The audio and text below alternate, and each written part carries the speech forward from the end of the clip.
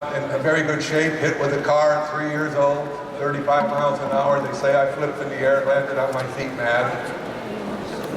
And not too long after that, I had polio. I was in an isolation hospital. I was in an iron lung. They didn't think I'd live, and if I lived, they didn't think I'd walk. And I ended up playing for the national championship basketball team in 1961 as the leading rebounder and scorer in Madison Square Garden.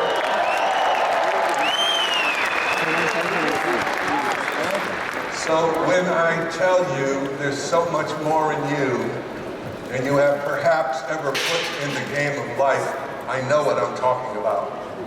And as you hear it, you know it too. I try not to speak so much to the intellectual side of your brain, but for the inside that knows. We all know. We make our lives about forgetting what we were born with. And I remember being ridiculed because I couldn't walk very well when I first started to come out of the polio, and I had to exercise extensively. And I knew what it felt like to feel on the outside. We used to play ball in the streets, and the kids, they had it figured out. I had to learn a lesson real quick, and I'll tell you what it meant to me. When we played street ball, baseball, you take the bat, and you put one hand over another like this, and the last guy would go like this, the very tip of the bat. He got the pick first of all the kids that wanted to play.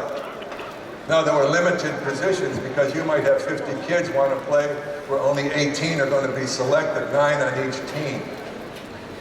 And it dawned on me that the captain of one team, if he won the first pick, clearly picked the best player. And then the other opposing captain picked the second best player. And then it was the third best player and the fourth best player. There was a selection process that I saw absolutely work in life as life went on.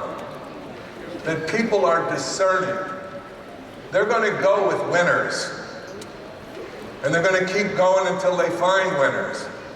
And not everyone's going to be a superstar, but everyone can be a winner.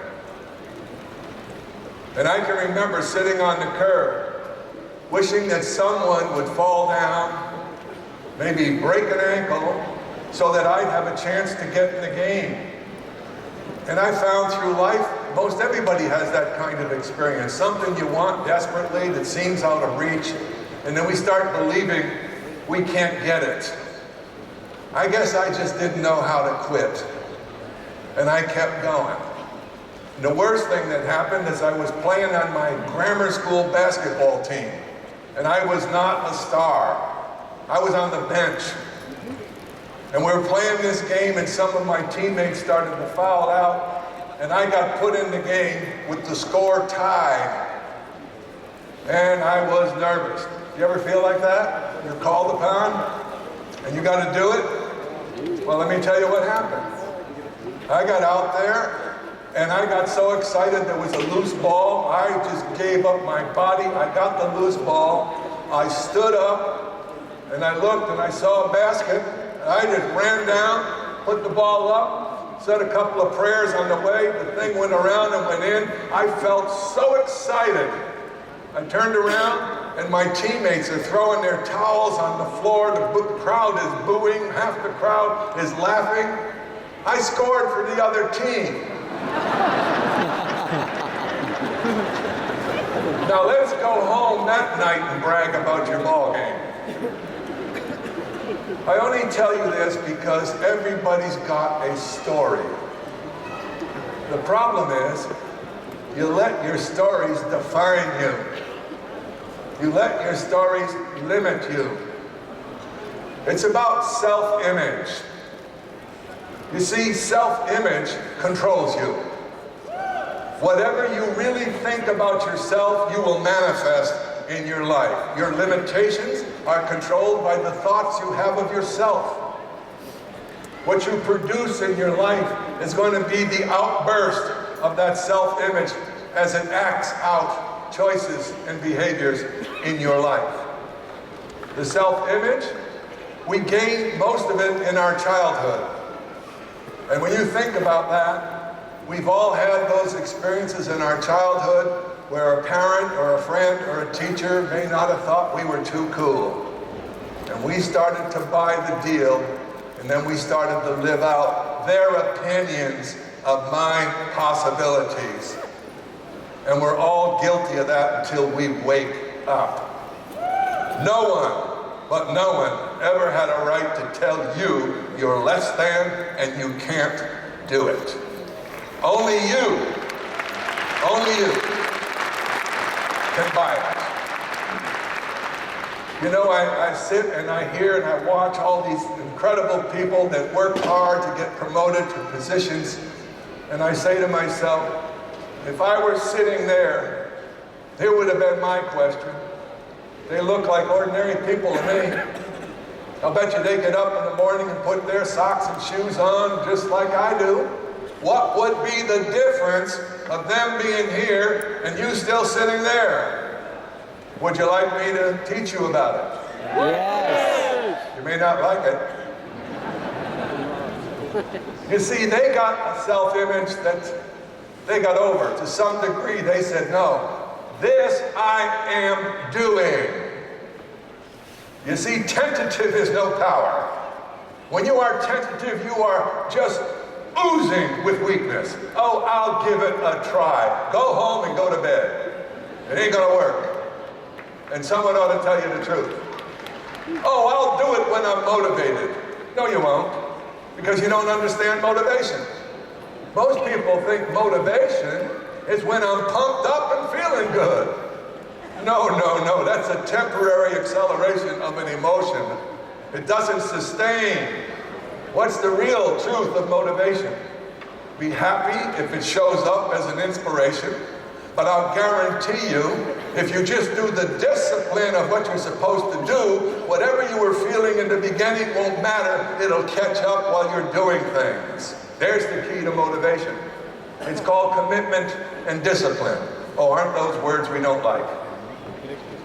Those are words we just don't like. We've really been running from them most of our lives, if we tell the truth. You mean I have to be committed? No, you need to find out what you want first. You see, most people live their lives, they're not bad people, but don't keep saying you want more and you don't do more. Don't keep saying I want to be this without getting prepared how to be this or that. It's all connected. We live our lives like spiders in a web, a bug in a spider's web, thrashing and pushing and shoving and rearranging, and all the time we just stay in the quagmire of average. Wouldn't you like to break out? Wouldn't it be nice to say, I'm getting out of that spider web. I want to know who I am. I want to know the powers that I have, and I want to get this mind-to-mind right, because this is the deal right here. As you think, so you are. As you think, so shall you become. Did you ever hear it? The great minds and the great philosophers throughout history knew the incredible power of human thought. And most people, they just rearrange antique furniture from the past, calling it thought. And they don't break through to say, what type of thinking do winners have that I'm still sitting here without? Well, I'll tell you what, you have to change your thinking. You see, thoughts have created the life you have right now. And thoughts will continue to create the life you shall have tomorrow and the following tomorrows. Human thought. I think a thought, it stimulates a feeling. The two of those get together and it pitches me into a choice or a behavior. The behavior over time becomes a habit. And the habit over time, in that combination, and that string, creates the circumstances called my life. So whose thoughts created your life? Yours. Whose thoughts have you in the position you're in with money or anything else? Yours. Oh, I didn't like that either. That wasn't fun to come to grips with. I am responsible for my own reality. Wow. Wow. That's enlightenment. I am responsible. Yeah. Yeah. Do I need to change? If you look at your life, and if you understand what's in your life is the byproduct and consequence of what you've been thinking up to now, and you're not happy with it, would it make sense that your thinking is creating your reality, that you change your thinking? Dr. William James, the father of American psychology, near the end of his life was asked, what is the greatest discovery of your generation? To which he said that a human being can alter the circumstances of their lives by altering their attitudes of mind. Wow. Are you saying, doctor, that if I change my thinking, I can change my circumstances? Amen. Precisely. So ask yourself this, what is the nature of my thoughts to create the life I have now? Because there's no one else doing it. What is the nature of my thinking that is creating the life I have? And if I want more and better, there's no other way. I gotta give more and become better. Can I say that again? I have to give more so that I can deserve more, and that consequence of giving and serving and doing and growing is reward. People are running around looking for fast rewards and the shortcuts. And it don't work. They always explode. Be, do, have. Be, become. Become what? Become your own miracle. Get in touch with your own power. Use your own mind. Think your own thoughts. Create your own reality. That's be. And when I be, I'm being educated.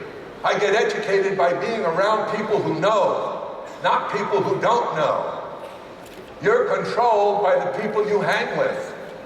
The people you listen to, you homogenize your thinking and behaviors to be in agreement with them. We all want to be loved and accepted, do we not? Oh yes. So sometimes we will just compromise our own thoughts to be popular or accepted. We were masters at it as children and kids, weren't we? Absolutely masters at it. We'd sell out in a minute to be loved or feel okay. And the influence that we're getting may not have been good at all. So as I'm thinking, I'm creating. So I need to understand something. You got a conscious mind and an unconscious mind. Conscious mind says, oh, you know what? I'm going to do this. Whatever it is. The unconscious mind says, oh, let's see if he's really serious. The unconscious mind will bring to you of the same nature of what you really want in your conscious mind. It's an obedient servant once you have given it clear direction. The problem is, we don't set goals. We're like wandering generalities. Creatures of routine. We get up in the morning, for most of us, we go off to a place called a job or a career. Pretty quickly we know the game, the rules, who to like, who to dislike, who to please, who to get away from, who to hang with. Most of the conversation at work is not accelerating, it's not motivating, it's survivalism. Most of it is complaining. If this was this, if this was that. So you don't realize that your psyche and spirit is being kind of chewed away all day long. Then you leave, and you get into traffic, and you drive, and you finally get to where you're going, called home. And you eat some supper, maybe have a drink or two, and now let's go turn on the boob tube to see how the world is destroying itself. All that's being fed, yes? Then we go to sleep, and the next day, what do? We do exactly the same thing. You want to know why? Because we want the routine. We don't want to be challenged. We want to know it's okay. We want to feel somewhat comfortable. But what have I told you? That the road to success has a lot of discomfort, but it's well worth it. You want financial freedom? The first person you need to free is you. You need to know you can. You need to turn off that color.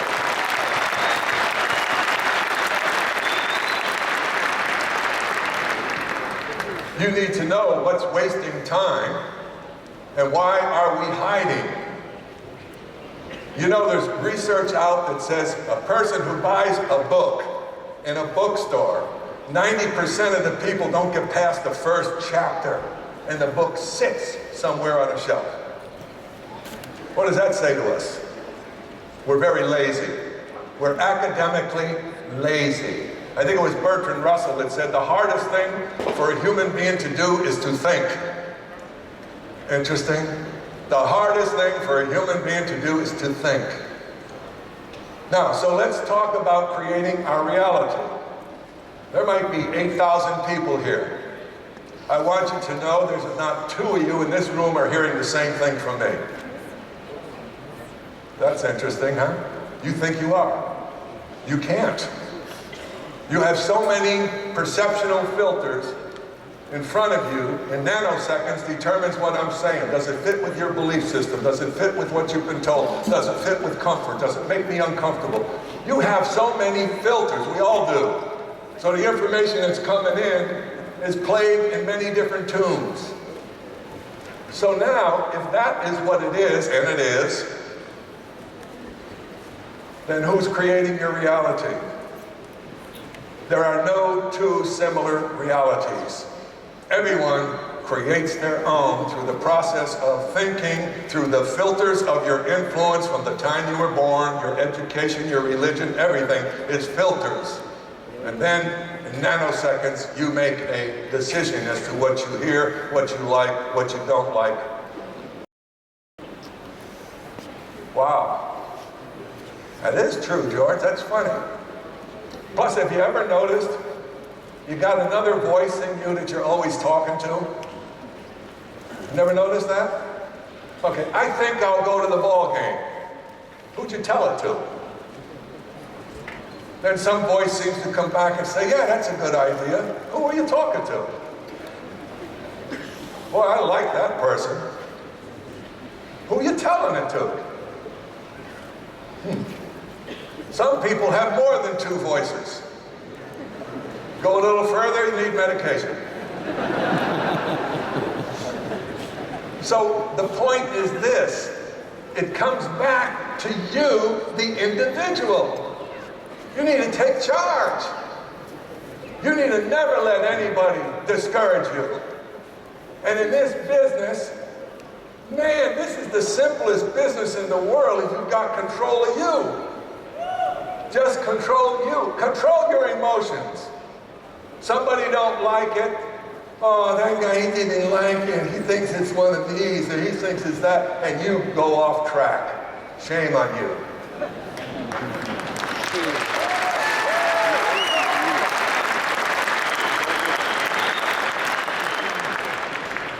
Would you like a PhD in sales? I'll make it so quick, we don't even need to talk about it much. How many of you like your doctorate degree in sales right now? All right, here it is. Sales is nothing more than transferring a powerful conviction from the person who's offering to the person who's listening to the offer. If you don't believe what you're doing, it'll never work for you. Because we're very discerning people. We know when someone believes and can lead. They pay millions of dollars to coaches in sports that can lead, yes or no? Because they have that ability to be confident, to inspire. So do you. But not when you're sitting on the seat. See, I've coached an awful lot of people. I say to people, how many of you are afraid to public speak? Put your hands up. Okay, how many of you would be afraid to come up here and take over for me right now? Why? Why? Never mind me. Why are you uncomfortable? I'm going to tell you why. Because you don't think you deserve to be heard. And you worry about someone else judging you. Oh.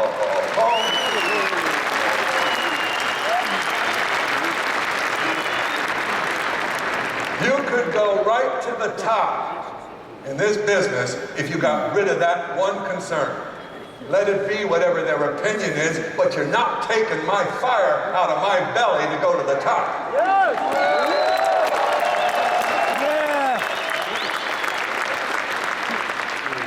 So here's one more example of sales so that you understand it. You got a product, we'll make this a fictitious product, and it sells for €100.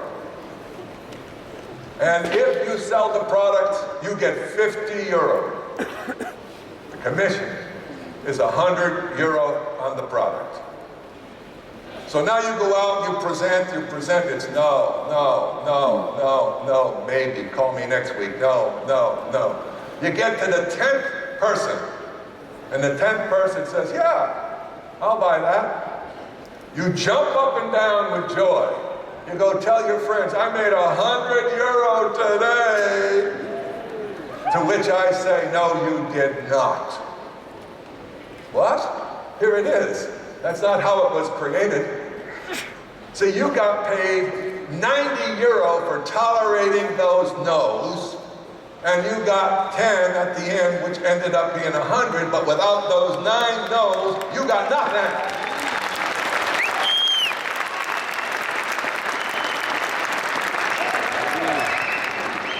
See, a little switch, it's called a different way contextually to hold what's going on.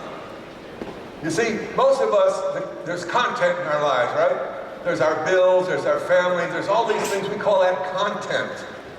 And then we have this fishbowl that we put all the content in called our minds and our life. And then we take this big stick and we keep doing this to try to rearrange the stuff in the bowl, and it's still the same stuff. So we stop, it goes around, it's settled, and it's the same.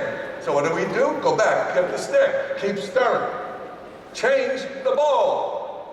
Change the way you think about things, and everything moves in accordance with your new thoughts, your new beliefs, your new power. You all can do it. You see, when you were born, you knew your own magnificence. You acted as though you had magical powers. You didn't hate anybody.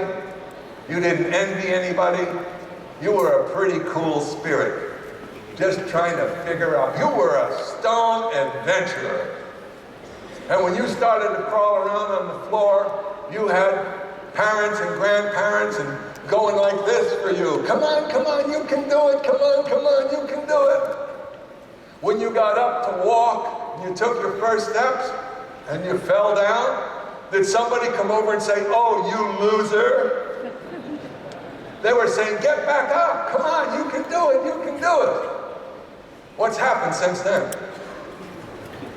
What's happened since then? You had it figured out there. And then we are so afraid of everything. We hide from our fears. We want, oh, security, that's an illusion. There's no such thing. It's an illusion. Look through your life. You were sure this was going to work, and it didn't. You were sure that relationship was going to work, and it didn't. You were sure that job was going to be the right one, and it wasn't. You were sure the house you moved into was going to be in the best neighborhood, and it wasn't. So security is nothing but an illusion, and yet we're addicted to it. We will do things under the illusion of security rather than free ourselves up for a chance to become financially free. That's who we are. And you know the amazing thing about what we do? What we do is so darn simple. We got a product that people buy, and we got a compensation plan that people get paid who can do it. And we have an opportunity for people who desperately need one to go as fast or as slow as they want to in an environment that cares. I can't stress that enough. In an environment that cares. I would not be here on this stage if what's behind it wasn't moral and right.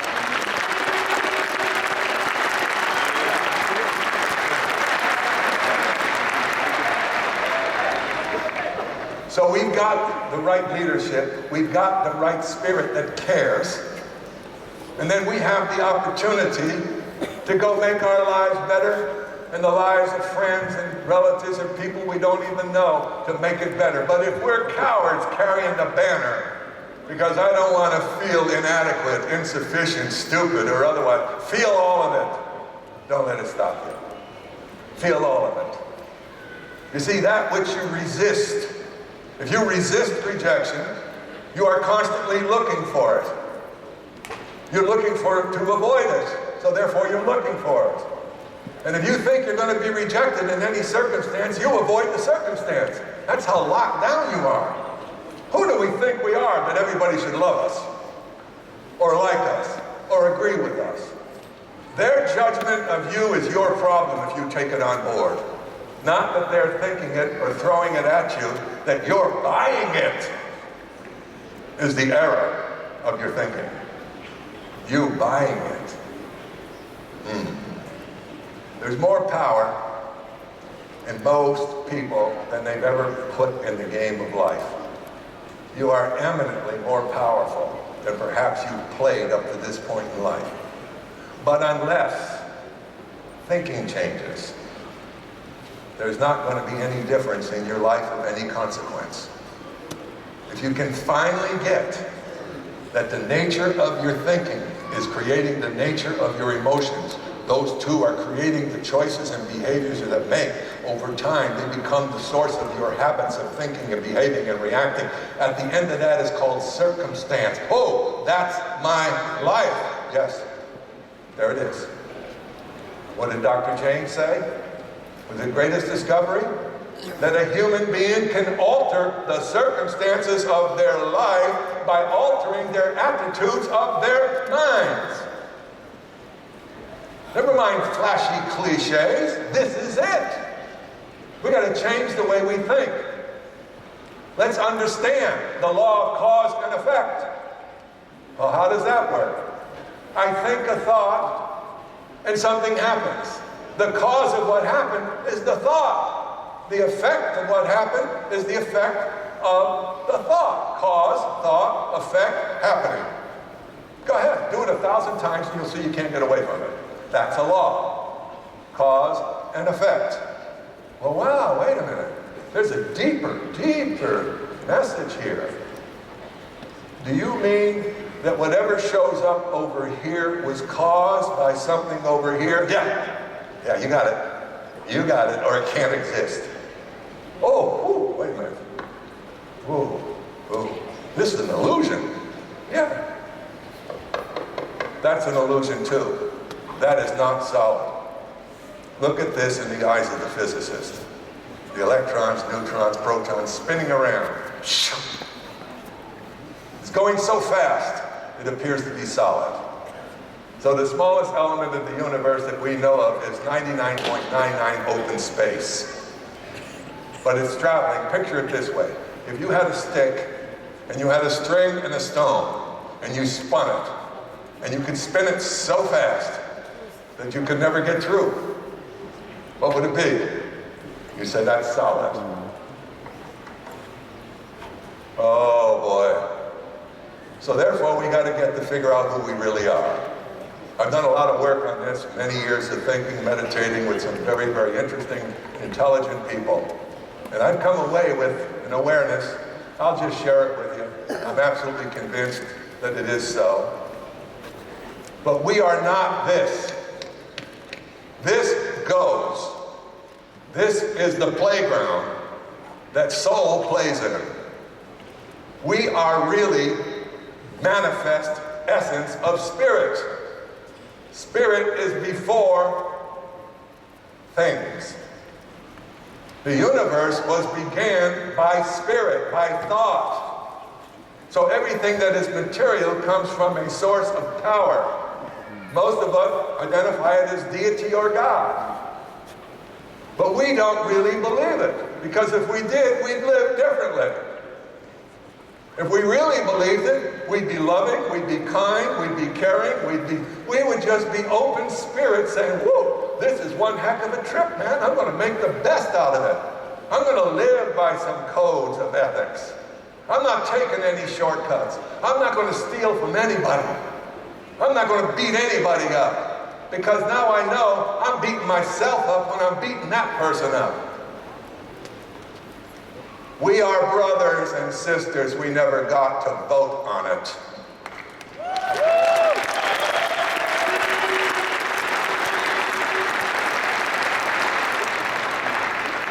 You ever notice in the testimonials how who's ever being honored is taking the spotlight back on someone else to help them? Have any of you noticed that? That's a pretty good feeling, isn't it? To hug someone who helped you climb a ladder that you didn't believe in the beginning you could climb. But my golly, if I get around the right environment, if I start listening to the right information, if I start associating with the right people, my life cannot stay the same. It's impossible. So you need to set goals. You know, if they said I was coming here this afternoon to give you a speech on goal setting, half of you or more wouldn't even be here.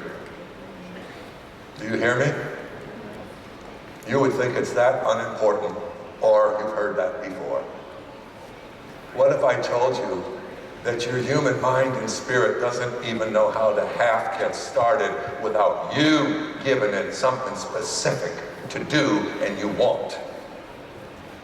Didn't anybody ever teach you that? This is not child's play. This is your life. So if you're sitting here and you want to be here one day, then you better damn well declare it now. And say, this I shall do for one reason and one reason only. What's that, George? Because I said so.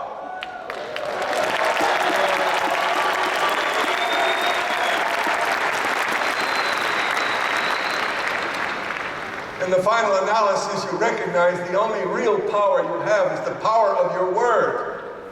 Are you your word?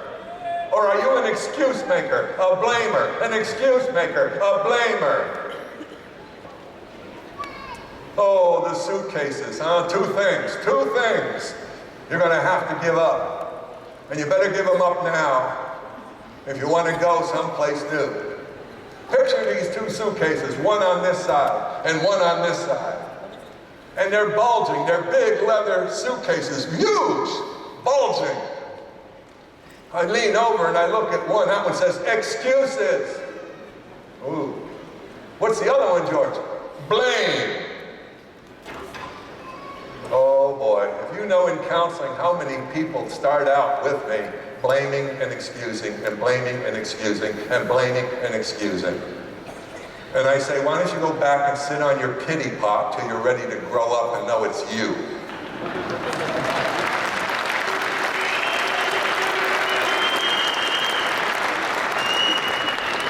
So excuses are lies. Got it? Come on.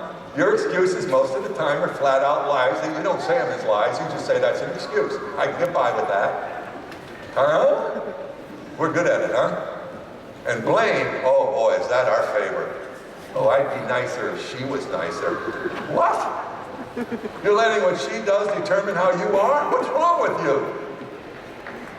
Oh yeah, I'd be kind if he was kind. No, you'd be kind whether or not someone else is kind or not. Own you.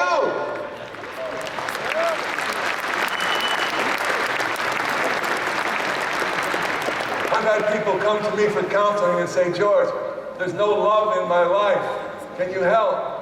I say, real easy. Learn to love more. What? You're not loving. That's why it's not with you. You're worried about what you can get instead of what you can give. Learn to put a smile on someone else's face every single day and watch it start to come back. You become love, and love will be all over you. Whoa.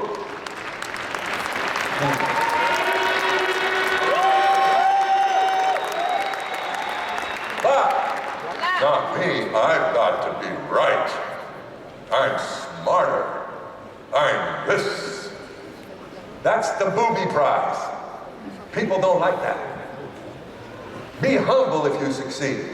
Be humble on your way up as you succeed. Don't be flashing all this money and all these cars and all that stuff. That is not real success. That's a consequence. Learn to be with it in a humble way so that you don't intimidate people.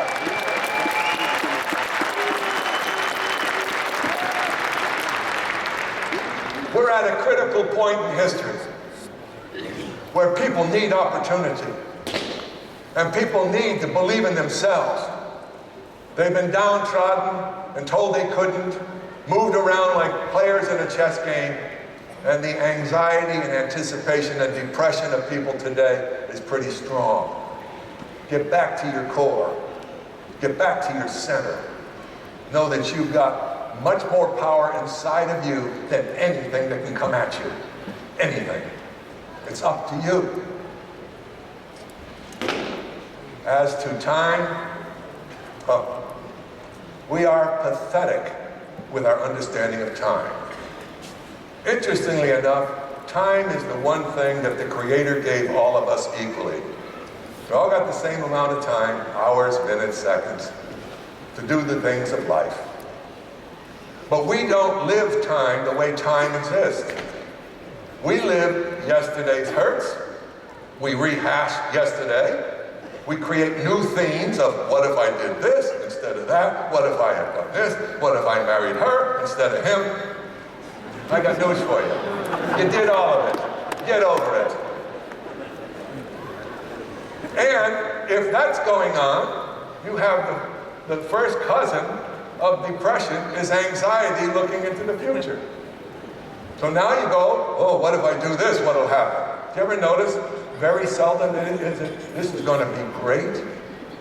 Your mind will give you an index of impossibilities, of things to get in the way, because you're conditioned not to see the rose, you're conditioned to play with the thorns. Get over it. There's only one moment you have. Life is now. 1 second at a time. Now.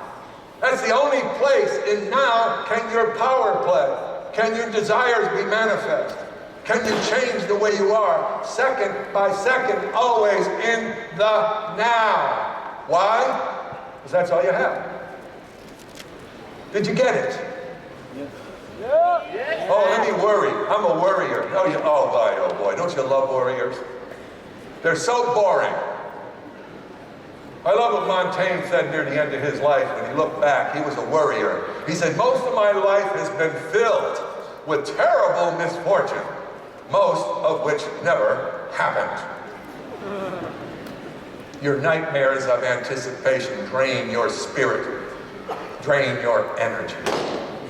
Why don't you just be here now, and be loving now, and be caring now, and be serious now, and enjoy life.